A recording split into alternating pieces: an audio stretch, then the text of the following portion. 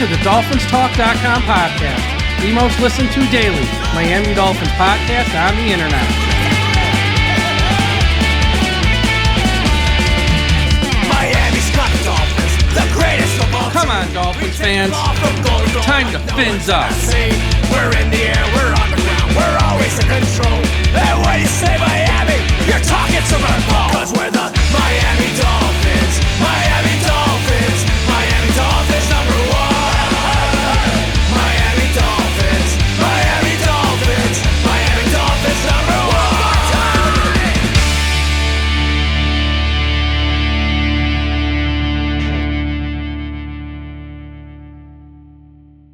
Good afternoon, Miami Dolphins fans. How are you today? And thank you for listening to the DolphinsTalk.com podcast on this Tuesday, October 1st, the day after that horrible, embarrassing display that the Miami Dolphins put on the field on Monday Night Football in front of the nation versus Tennessee Titans.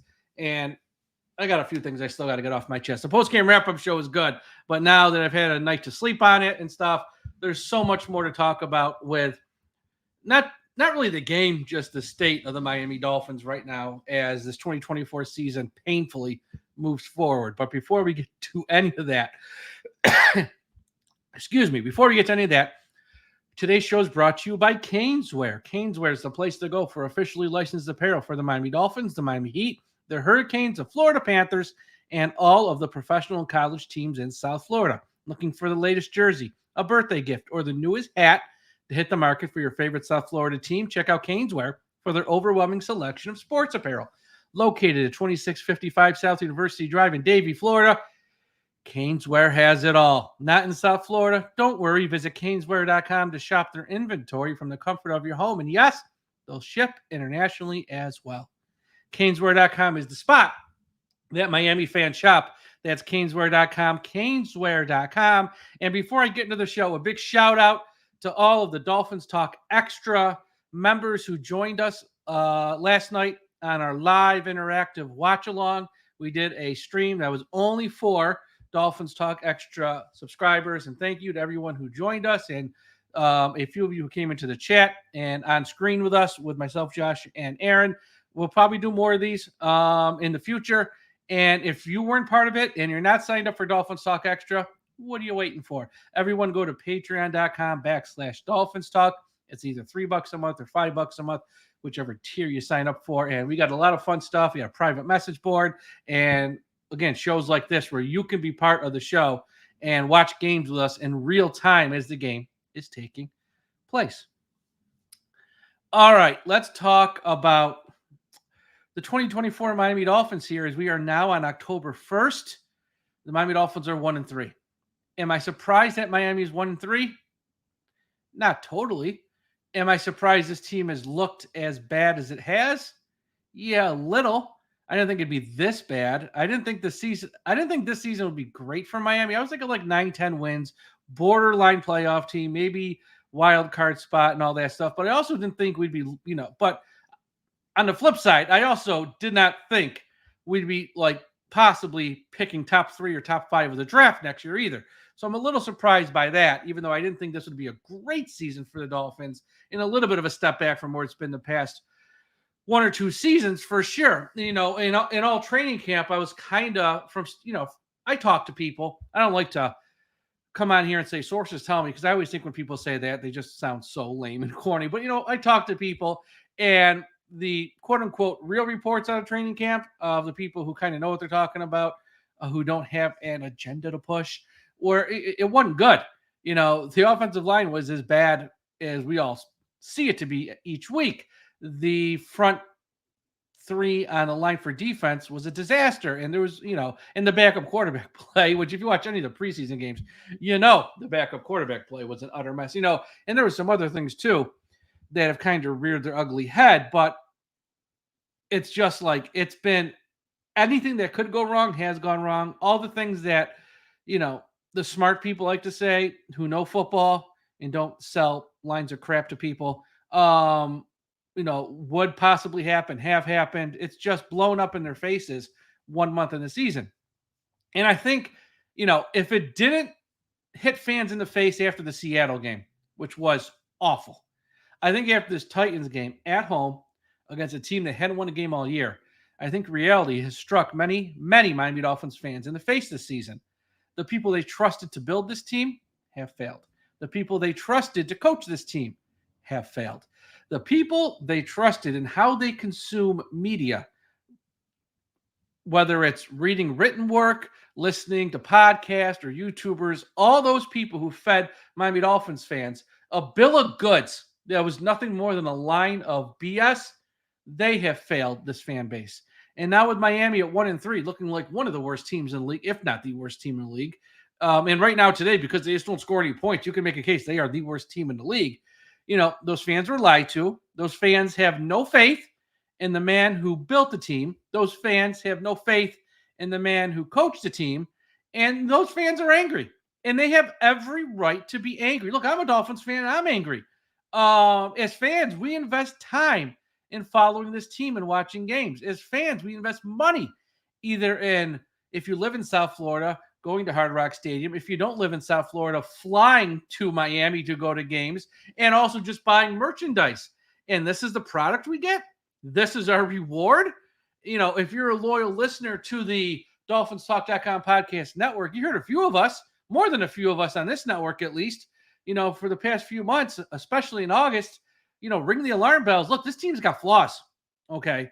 This team's got flaws. Now, it's one of the times where we all hope we were wrong, but we weren't. And I've been doing this podcast for over 10 years. And one thing I will never do to you, the listener, is lie to you. I will never mislead you. I will never sell you a load of crap. Even though I know if I did, I would make more money. But I won't do it because I get no joy in, you know, misleading fans. You know, I own this site and I own this podcast and it does make some money.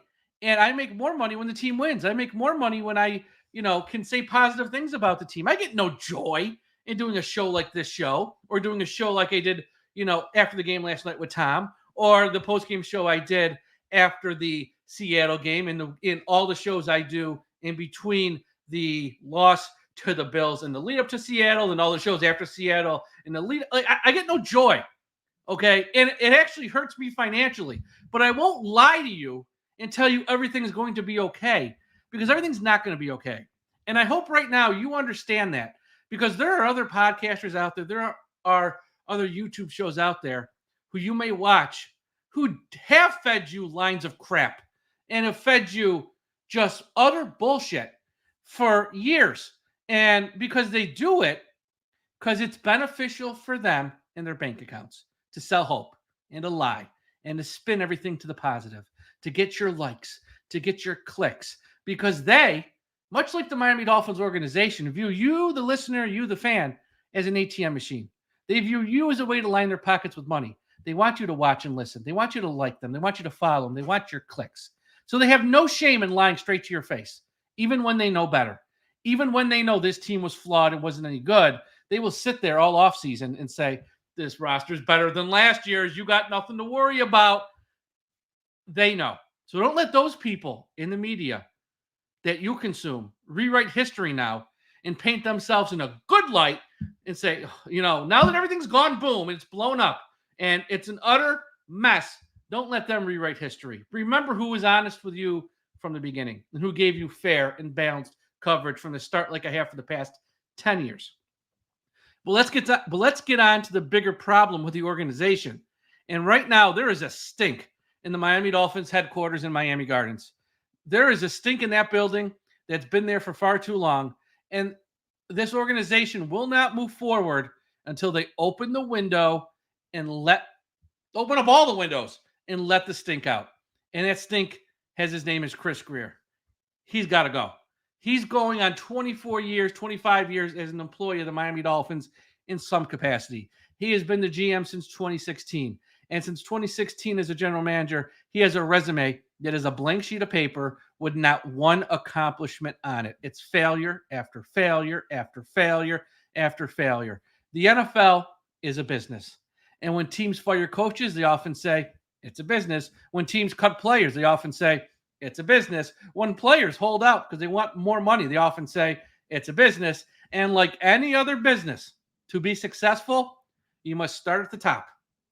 And while Stephen Ross is the owner and he's the tippy top, and he's been an unmitigated disaster as an owner, you can't force an owner out.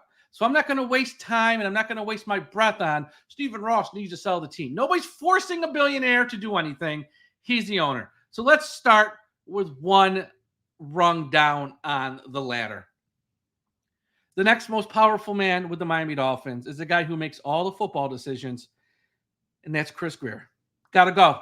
No ifs, no buts, no two ways around it. He is the stink that has been in the Miami Dolphins headquarters since the year 2000 that must go. Since he has been the general manager, he's had head coaches in Adam Gase, he's had head coaches in Brian Flores, and now Mike McDaniel. Has Chris Grier shown anything during any of those years that makes you want to defend him today that he should stay and get possibly a chance at another head coach? This mess of the 2024 Miami Dolphins roster is a mess of the highest order, and it's 100% on him. And if you're one of those people right now who, totally thinks and believes, well, Chris only does what the head coach wants him to do, then why the fuck do we pay Chris Grier? Literally, anybody can take orders from the coach and just process paperwork. You can get a robot to do that. There's apps probably with AI who can do that. You don't need to pay him. You need to have a strong general manager to keep the head coach in line. Unless you're Andy Reid, Mike Tomlin, or Bill Belichick, who have a resume of success the size of the San Diego telephone book, then they get the benefit of the doubt. Other than that, every other head coach, it has to have a strong general manager above him to run things. Miami let Christian Wilkins and Raekwon Davis walk. And I don't want to hear about the money. We're talking about the thought process, the logic behind the moves. They let Wilkins and Raekwon walk this offseason. And Chris Grier sold this idea that we're going to take the money, not paying them. And we're going to sign multiple defensive linemen. And we're going to sign multiple players and have this glorious rotation. So instead of paying just one or two players, we're going to pay like 5 or 6. And those 5 or 6, the sum of those 5 or 6 are going to be just as good as the 1 or the 2. So we signed Benito Jones, Neville Gallimore, Tierra Tart, Jonathan Harris, Isaiah Mack. Boofa! They're all, except for Benito Jones, they were all quickly cut in August. But wait, we're going to go out there and sign 38-year-old Calais Campbell, who can only give you about 30 snaps a game. So we let go of Wilkins and Raekwon, and we ended up with a guy in Calais Campbell, who can only give you about 30 to 35 snaps a game, and Benito Jones, who the Lions were way too happy not to have to re-sign. Okay. Then we go to the offensive line. Robert Hunt, Connor Williams, walk. Okay. Well, how are we going to fix this offensive line? We got to replace Robert Hunt, Jack Driscoll. He didn't start for the Eagles. Hidden gem. Jack Driscoll. Training camp wasn't great, but compared to some of the other guys we had, actually wasn't that bad either. But we get to late August before the final cuts. Yeah, we're going to cut Jack Driscoll. And then what are we going to do at left guard? We're going to resign Isaiah Wynn. Isaiah Wynn gets hurt late October, like week 8 last year versus the Eagles. He's going to be fine. We'll sign Isaiah Wynn, pencil him in at left guard. Isaiah Wynn's still hurt. Now there's reports he's not going to play at all this year. I mean, just saying this stuff out loud hurts my head. Do these people in a position of power who execute these moves, do they think like this wasn't going to blow up in their face? Like, what the fuck? Like, who makes these moves and thinks this is going to work? Like, you're letting go Wilkins and Raekwon and Hunt and Connor, and you replace them with literally nothing and think everything's going to be okay. Like, out of those 4 names, you drafted Wilkins, you drafted Raekwon, you drafted Hunt. You didn't keep one of those 3 guys, and they were picked in rounds 1 or 2 beyond the rookie contracts. I know Hunt got $100 million. I know Wilkins got a boatload of money, but maybe have a little foresight. And before they get to like the final year or 2 of their contract, let's try. You know what? These guys are young, ascending players, guys that we're going to build around to hopefully one day, maybe, laughable now, win a Super Bowl with. Let's sign them after a year 2 or 3 and lock them up so they don't go anywhere at like a reasonable price. No, we'll let them play out to the final year of the deal. Then they price themselves out of Miami. Not my fault. No, it's never anyone's fault. And again, not to harp on this, but there's podcasters, there's YouTubers who defend these moves. They spin this bullshit that Chris Grier and that the Dolphins organization put out there, that Miami didn't need a great offensive line because Mike McDaniel and his magical offense can scheme around it, and it's fine. You don't need to spend money on an offensive line. Like, who believes this crap? I often joke that PFF has ruined a generation of football fans as they've let the nerds in the building, people who know nothing about the sport, who just look at numbers on a sheet. And those are the people who actually spew this nonsense. The people who don't know how to watch football, don't know how to evaluate football. They wait for the PFF grades to come out. Then they throw out some insider terms like 12 personnel and 21 personnel, and they make themselves sound really, really smart, but they don't have the first fucking clue what they're talking about, okay?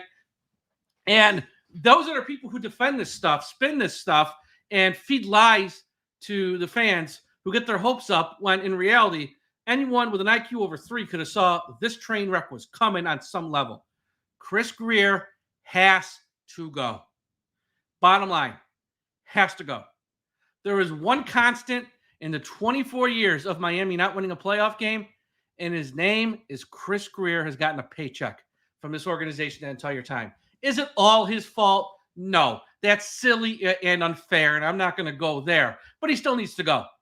This 2024 season is over. There is no hope for this 2024 season. They're not going to turn it around. Tua is not going to come back against Arizona and then lead Miami on 7 or 8 straight wins. That ain't happening. Okay? Because the problems on this team go far beyond who the quarterback is. Now, the quarterback's a problem because the guy who starts refuses to protect his own body and slide. And all the guys behind him on the depth chart shouldn't even be in the NFL, really. They all just stink. But that's not happening, okay? They're just so whether we end up with 3 wins or 5 wins or 6 wins, it doesn't matter. Season's over. And I feel very confident saying that on October 1st. But there comes a point where every organization needs a new vision. And we're probably long overdue for that in Miami, but what's in the past is in the past. You can't go back in the past. It's time to look forward, and it's time for that new vision to come into Miami. I don't know who the new vision is. They just need a general manager, hopefully someone proven who's had some success elsewhere maybe, to take over. So my message to Chris Grier is take care, hope to see you never. And, whoever you bring in as the next general manager, he can decide on Mike McDaniel. He can decide on Tua and their fate and future in Miami. But we got to get to step 1 first. And that's taking care of having a new person making all the calls in Miami and Chris Grier being relieved of his duties. And that's just the reality of the situation. Now, before I get to the rest of this, I want to give a shout out to everyone listening at finheaven.com. Everyone go to finheaven.com, the largest Miami Dolphins message board on the internet. I want to give a shout out to our friends at the I Am a Miami Dolphins fan Facebook page, run by the great, talented, handsome, and charming Carlos Hernandez. And wherever you're listening to this podcast, Apple Podcast, Spotify, Podbean, Podchaser, Audible, iHeartRadio, or YouTube, make sure you subscribe so you don't miss an episode of the DolphinsTalk.com podcast network. And if you're watching on YouTube right now, take a second, smash that like button, help us out. Now, with Grier, I think it's tough for him to survive this, but who knows? When it comes to McDaniel, even if they do hire a new GM, I find it unlikely they're going to fire him after this season. I mean, they did just give him a contract extension through 2028, and Mr. Ross might go out there and find himself a general manager who's going to tell, look, you have all the power, but he's got to stay for at least 1 more year or 2. Because I don't want to eat all that money, then have to go pay another head coach. So I just think whoever hopefully replaces Chris Grier will probably be saddled with Mike McDaniel. But at the end of the day, Chris Grier's got to go. He's the anchor holding this franchise down. He's holding this franchise back. He must go. And I thought of this too when I was preparing for this podcast today. There's a famous interview in the mid-2000s with New York Islanders general manager Mike Milbury at the time. Mike Milbury had been the team's GM for roughly 10 years around then. I think mid-90s to mid-2000s-ish. And during his time as the GM, he had fired and hired like 5 or 6 head coaches. It was just like a revolving door. And like the head coaches would come and go, but the general manager was like just insulated, kind of like what Chris Grier is. And when it got to like the final head coach that he hired, you know, he went on the legendary Mike and the Mad Dog show in New York City on WFAN, really the sports radio talk show that launched sports radio in this country. And he goes on with Mike and the Mad Dog and Christopher Mad Dog Russo, and this is why he is a legend. This is why he's a Radio Hall of Famer. Opens the interview. Joining us on today's show is New York Islanders general manager Mike Milbury. Mike, how you doing? Hey, guys, I'm doing good. Chris Russo's first question. Mike, how do you still have a job? And I thought about that today because if I had Chris Grier on this podcast, which I know he'll never come on, I would only want one question. And my one question would be, Chris, how do you still have a job? Like, how many head coaches can you hire and fire, but yet you're not held accountable for everything? At what point does Stephen Ross wake up and realize the problem is Chris? It starts with Chris, and until that problem is solved, nothing will change. Results won't come until the main decision maker, the man who's been making the main decisions, continues to make decisions that have never given us any results. And if you're out there listening to this or watching this on YouTube and you're saying, but Mike, we went to the playoffs back-to-back years. We've had success.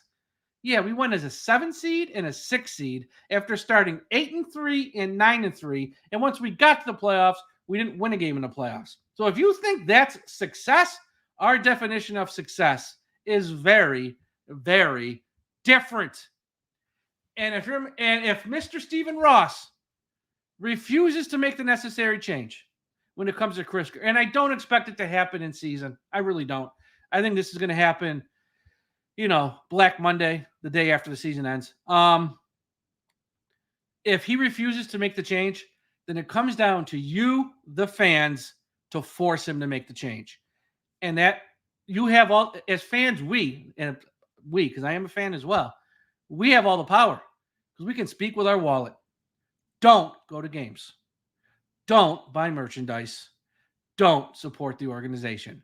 Because trust me, when they see empty seats, when they see that the merchandise sales are down year over year and the graph is going south, they will get the message. I'm not saying don't watch the games on TV.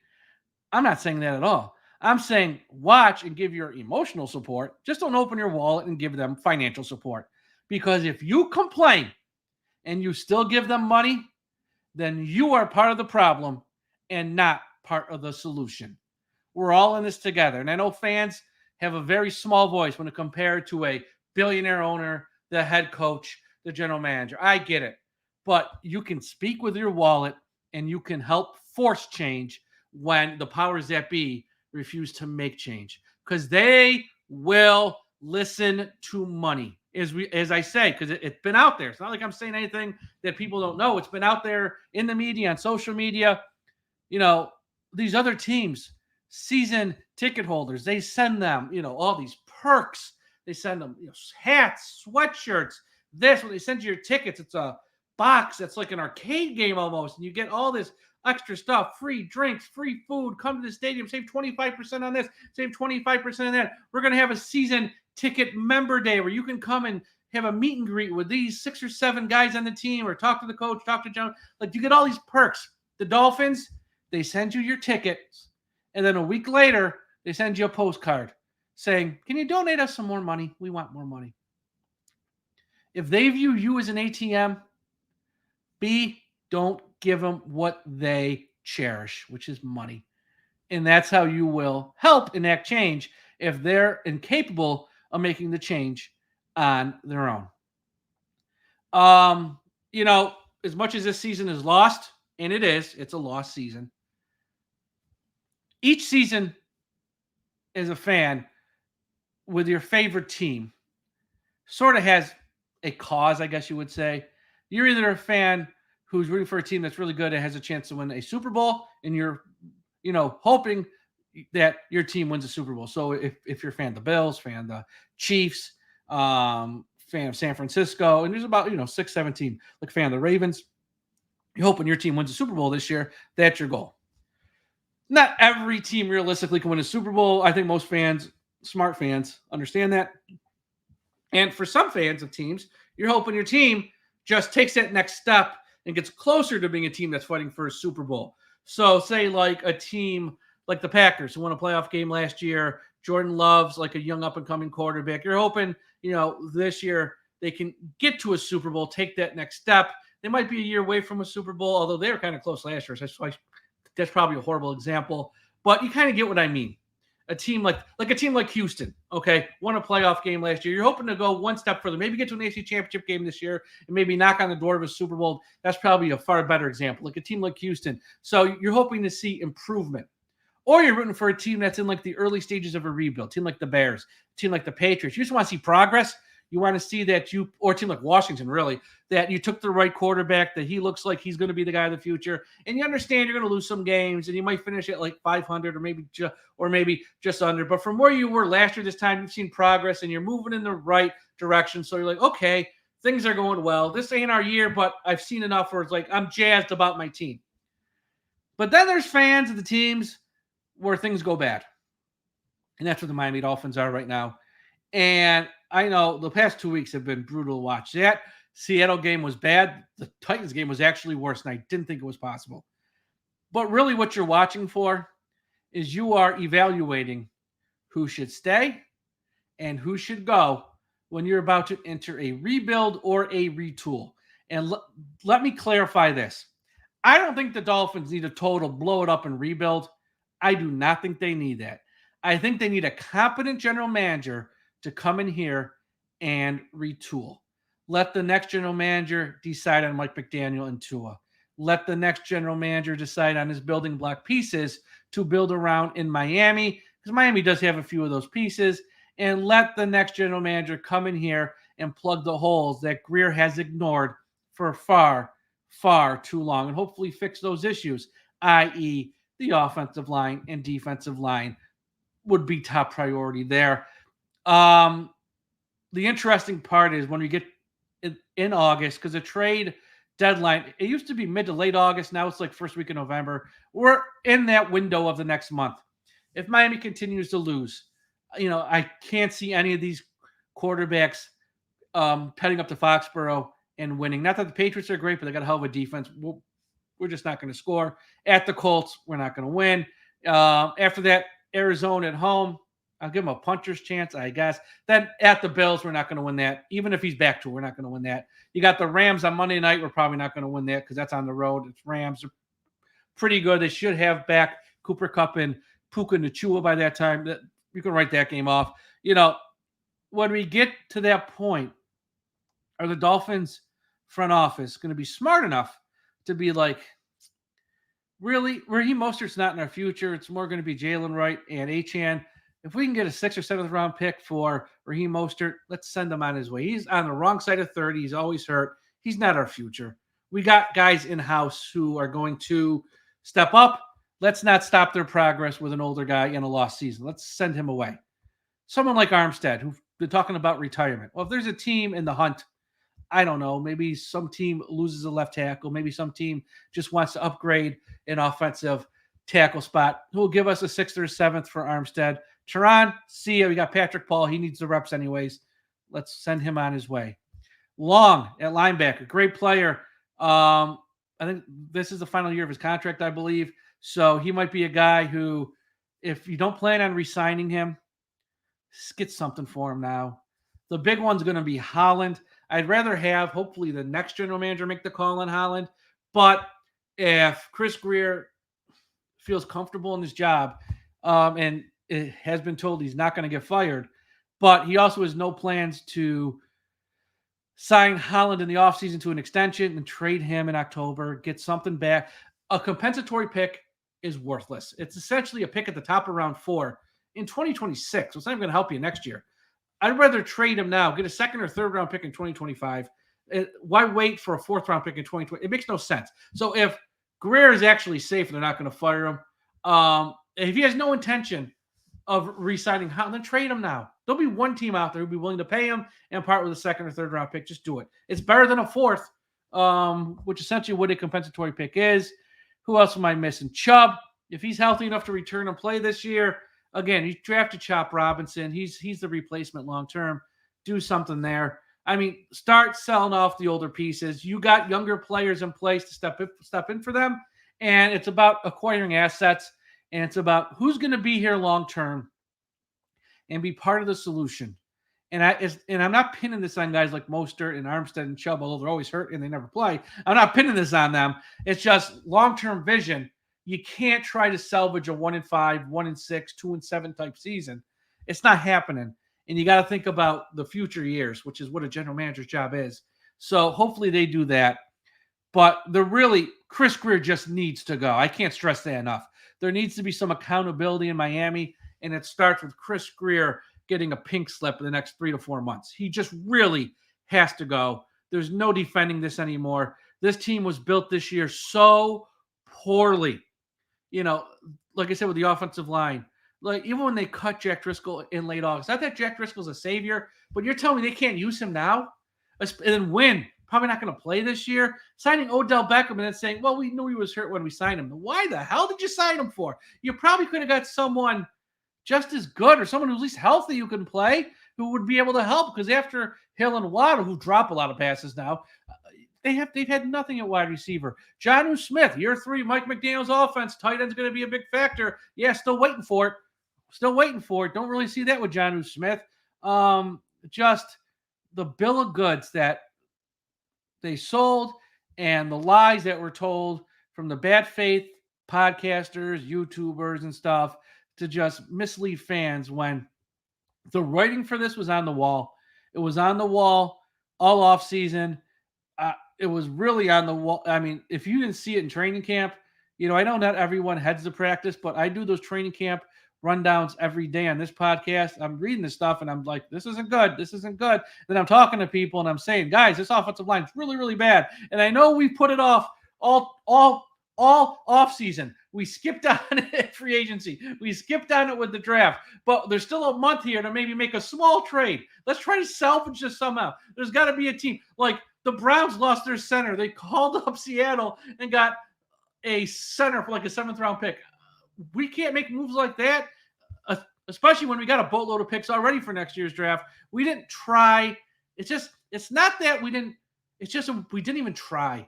And there's so much arrogance. Just the whole Chris Grier thing. Oh, we're sitting back there laughing at you guys who are worried about this. The arrogance of people who've won nothing in this league. And, as a fan, you just get sick and tired of hearing it. You get sick and tired of taking it. And as a fan, I'm sick and tired of supporting this team with my money. That's how it goes. I mean, it's just like, I don't expect a Super Bowl every year, but I expect better than this.